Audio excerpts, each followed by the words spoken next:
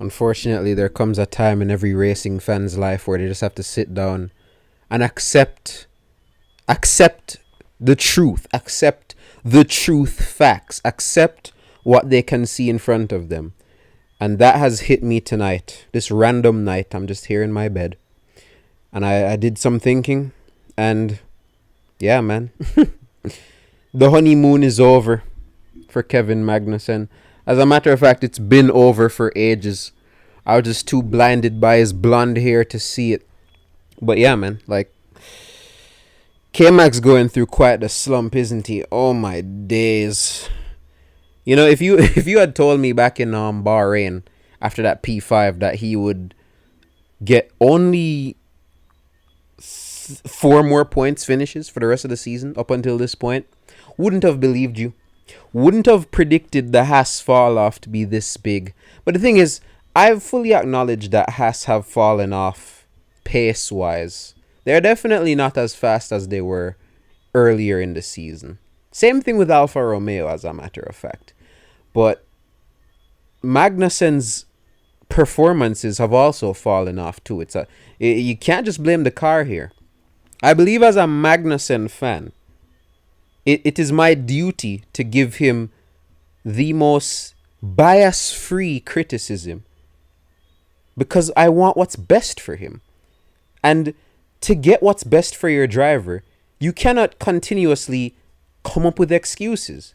And I, for one, I'm done coming up with excuses for Kevin Magnussen. Outside of Monza, that completely was not his fault. He was taken out. He was hit. But since, I want to say, Imola, a race I think he could have scored more points in the sprinting if Haas had just started him on supers. Oh, let's take a look at what he's done since Imola, shall we?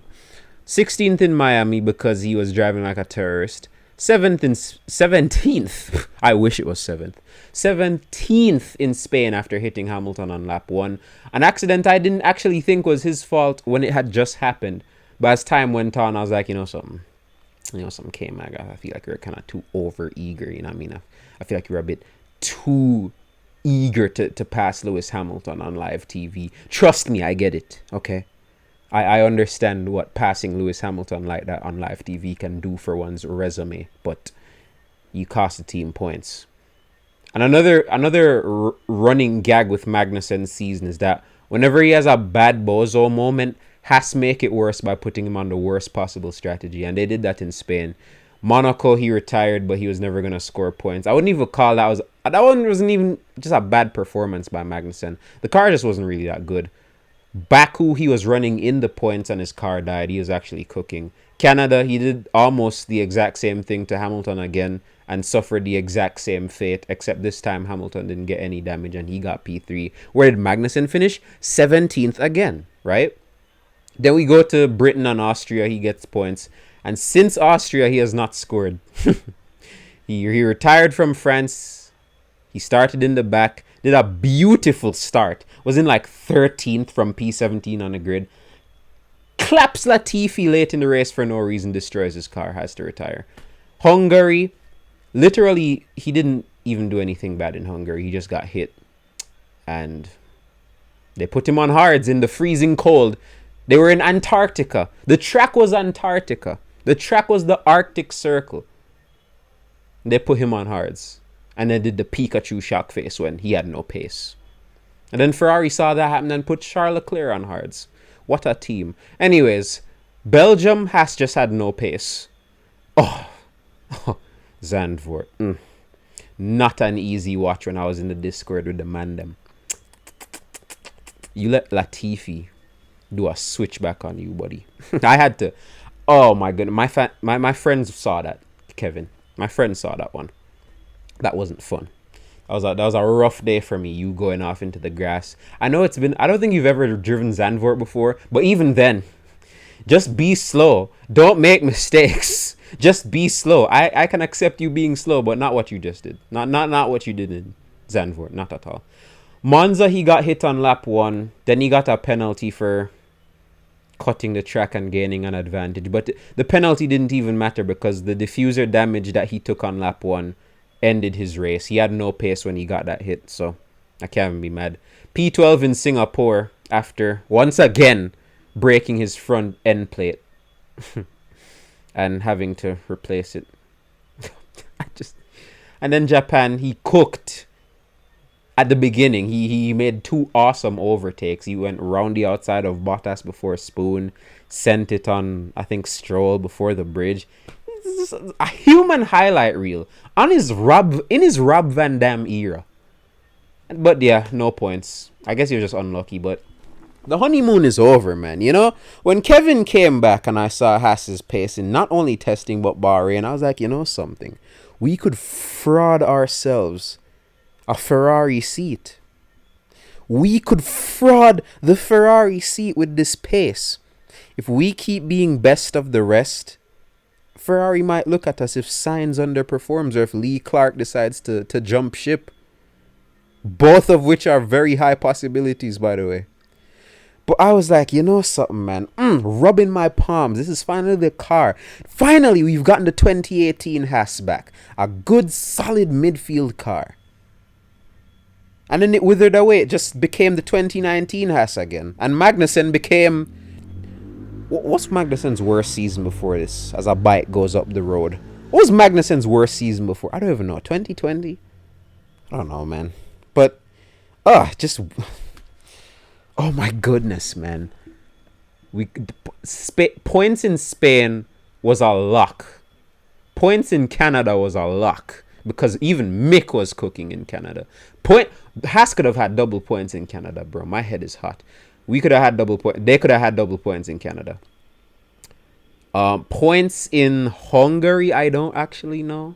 Definitely points in Baku, but that wasn't his fault. Singapore, with that race, anyone could have scored points except K-Mag for some reason because of the first lap hit. Just, Mick Schumacher has just been showing my man levels.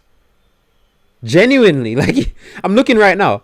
14th. Mick was 14th in Spain. Magnussen was 17th. Right? He beat him in Britain, even though I'm pretty sure that was because of, the strategy. Beat him in Austria. Beat him in France because he crashed himself out. Beat him in Hungary, which wasn't really on pure pace, but we move. Belgium he lost, but the car was garbage.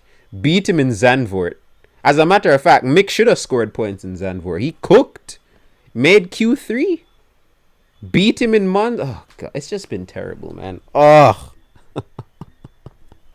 I was licking my chops. I made a video. Oh, my God. I made a video when he got the announcement to come back to Haas. I was like, yo, we're back. If you're not on the K-Mag ship, we will not be taking late entries. Oh boy, these Magnussen stocks have not paid off.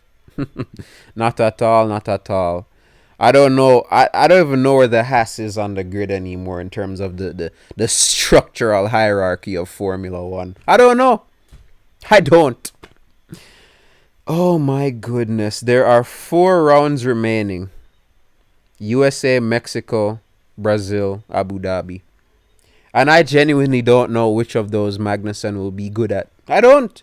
I hope we get at least 2 points finishes in these last 4 races, because despite everything I've just told you guys, he's only 1 point behind Gasly, and he's only 7 points behind Ricciardo.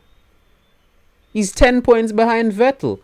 If some craziness happens in these last couple of races, we could fraud. We're not going to get P10. Bottas has 46 points, but like, something could happen, man. If you just have to have the faith. But I have none, which is exactly why I'm making this video.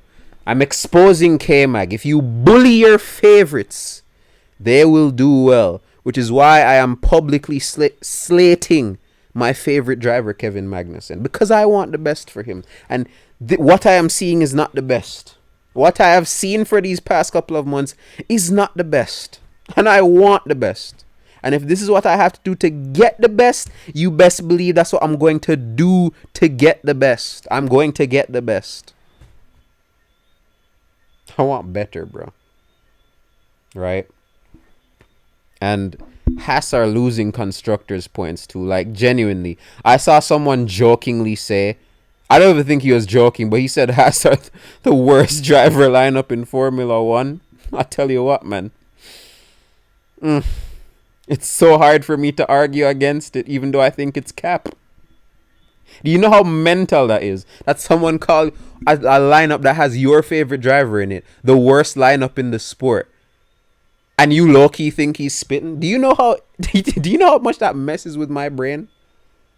That I want to prove this guy wrong and low-key can't? That's insane to me.